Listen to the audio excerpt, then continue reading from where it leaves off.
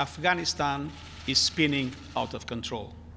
Today, these Taliban fighters reveled in their conquest of major Afghan cities. They now command all but a handful. Tragic beyond belief, but it's both predicted and predictable. So how did the extremists gain so much ground so fast? Our expert panel will explain what happened behind the scenes to bring this country to its knees. But first, Canadians with roots in Afghanistan have their own challenges.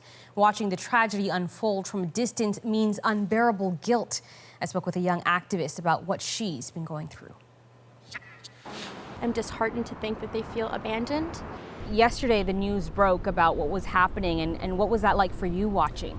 It was really tough. So I was hearing that Kandahar had fallen, that the Taliban overtook Kandahar, and that they were on their way to Kabul.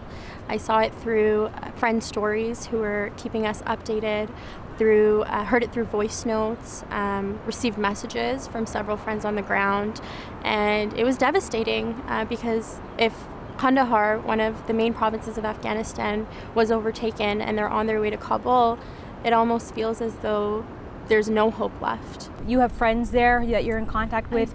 Canadians who have gone back? Canadian friends who have gone back, as well as Afghans that have been born and raised there, and family as well. They're in grave danger. You were asking your friend, right? Mm-hmm. And she was saying she was worried. It might put my family at risk. I've already got a few threats. I don't want them to get in trouble. Mm-hmm. So it's a real fear about the consequence of speaking up. What are you hearing from your friends and from your family?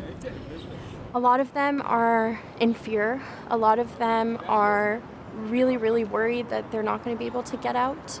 Friends and family are terrified. They feel abandoned. They feel as though they've been left behind. And the sense of obligation that they have, and the reason why some of them don't want to come back home, is that survivor's guilt that I think we as Afghans across the world are feeling right now. It's rampant amongst all of them. How hard is it to be so far away? And yeah, it's hard. What's your biggest fear about what will happen to your friends and your family? Now it's just like, it feels like we're just speaking to ourselves. Like, it feels like nobody's listening. And as someone who's so fortunate and grateful to be a Canadian and to have been born here, there's such a burden of guilt. Like, that could have been me. It could have been my father. It could have been my mother. Like, they worked so hard to come to this country. They sacrificed so much. But by doing that, it's almost as though so many people abandoned the nation. There's that feeling as well of guilt, and again, hopelessness, helplessness. And so what is the solution here, right? The solution can't be on the Afghan community. The Afghan community is grieving right now. We need the support of others. We need the support of the international community, leaders, and we need a solution for this as soon as possible. You say you feel a lot of guilt. Yeah, overwhelming guilt. And it could have been you. It could have been me, yeah.